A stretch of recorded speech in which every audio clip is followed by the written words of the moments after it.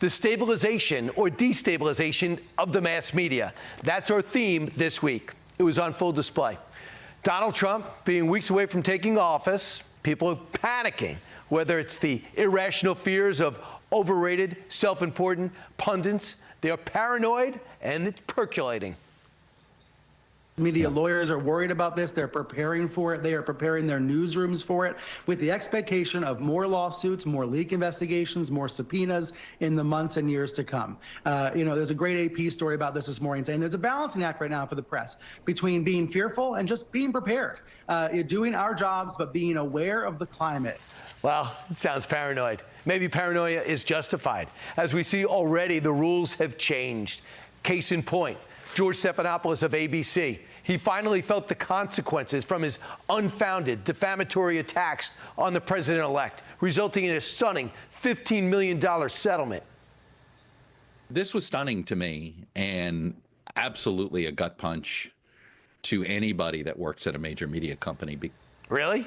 Well, Chuck, we know what a gut punch looks like and feels like. And you know what? Stephanopoulos might be a little different because he was told not to say Trump is a rapist because he's not a rapist, and George still said he was. In fact, you can't even say he's a convicted felon because Donald Trump has not been sentenced yet. He says it anyway, and he will not be sentenced, in my view.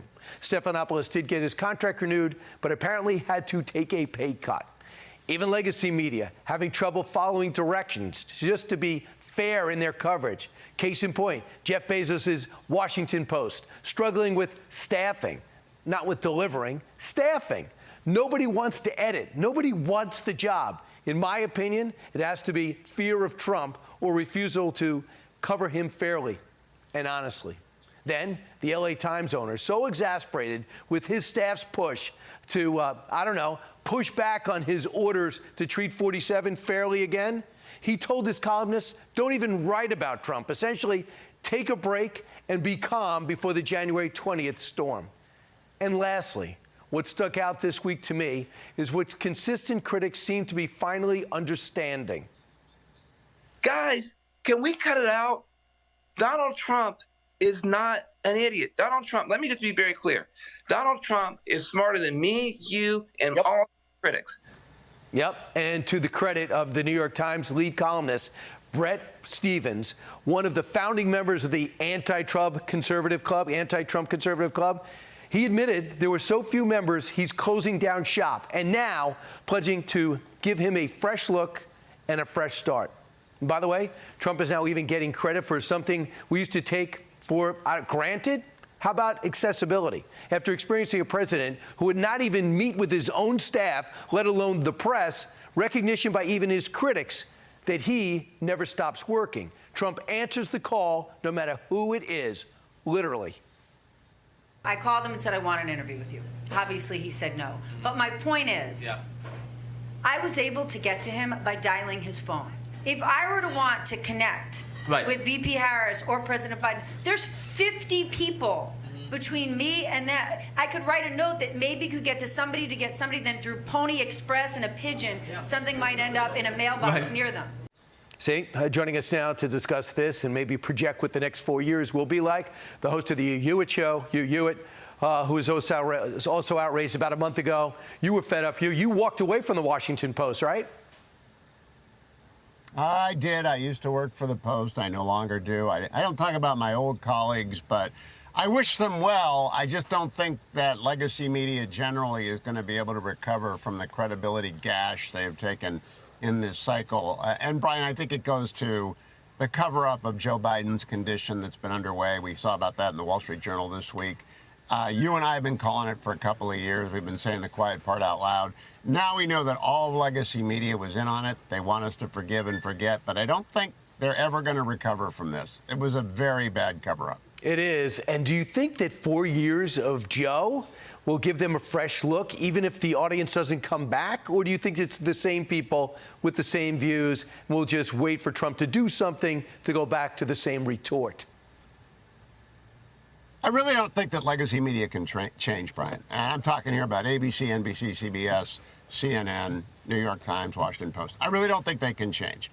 And the reason is they've been hiring the same people for the last 40 years. There are only two kinds of Republicans who work at Legacy Media: missionaries and refugees. I've been a missionary for so long at so many different places that I've given up. I mean, I'll go some places and make the arguments, but I'm not interested in doing it on a regular basis anymore, because 95% of the people that work for Legacy Media are leftists. They're liberal to leftist, and they used to be fair, and they're not. And now they're on the brink of collapse. In fact, I said to Ben Domenech on my radio show on Friday that, Ben, the Legacy Media is sort of like the Assad regime.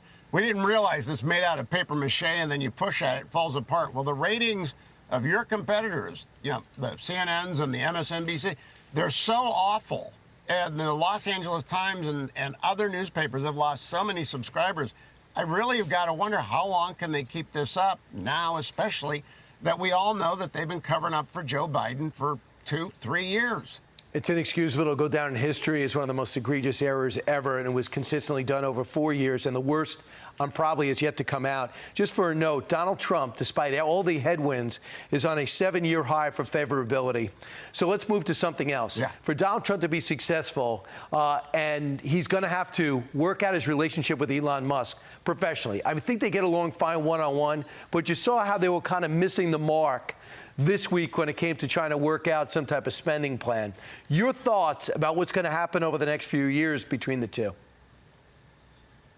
Well, it's not just Elon Musk. It's also Vivek Ramaswamy and David Sachs and a group of people that he's brought into the administration, into his circle, who are billionaires and who are very close to it and very, very smart. I think Elon Musk is sort of the Thomas Edison of our generation. He certainly is up there with Einstein. He's just a genius. So you bring in all this talent, and talent has opinions, but the president-elect is the president-elect, and he will be the president.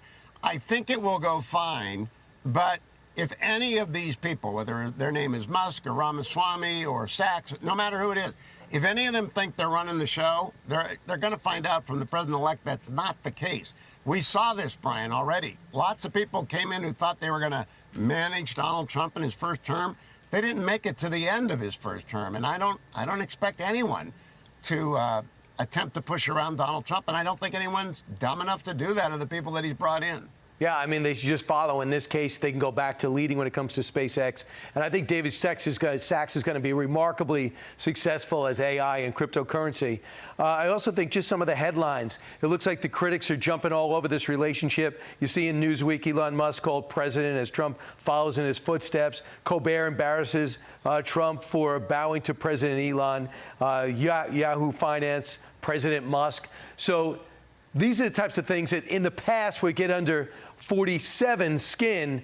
My sense is this will be just a hiccup and they'll get on the right page together. What do you think? I agree with you, Brian. And by the way, all the new talking points that are going after Elon Musk, it doesn't tell you anything about Trump or Musk. It tells you everything about Legacy Media and how it works. They get one line of attack and then they repeat it across every echo chamber inside the blue bubble. And it doesn't happen on the Fox News channel, doesn't happen on my radio show, doesn't happen in anything I write or anything you write. The problem is Legacy Media doesn't know. Everybody now sees what they're doing. They're trying to make Elon Musk a storyline because they got no storyline. Donald Trump is the most accessible president of my lifetime. I've covered every one of them since George H.W. Bush. I worked for Reagan. I worked for Richard Nixon in his retirement. By far, Donald Trump is the most accessible president ever for the press.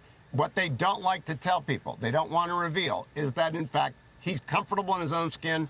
He's in command of the room. That first press conference showed it to us. So now they have to find a different target, and they've decided to make it Elon Musk. It's not going to work, Brian. I hear you. You, thanks so much. Appreciate it. Always great to get your insight, and I love your show.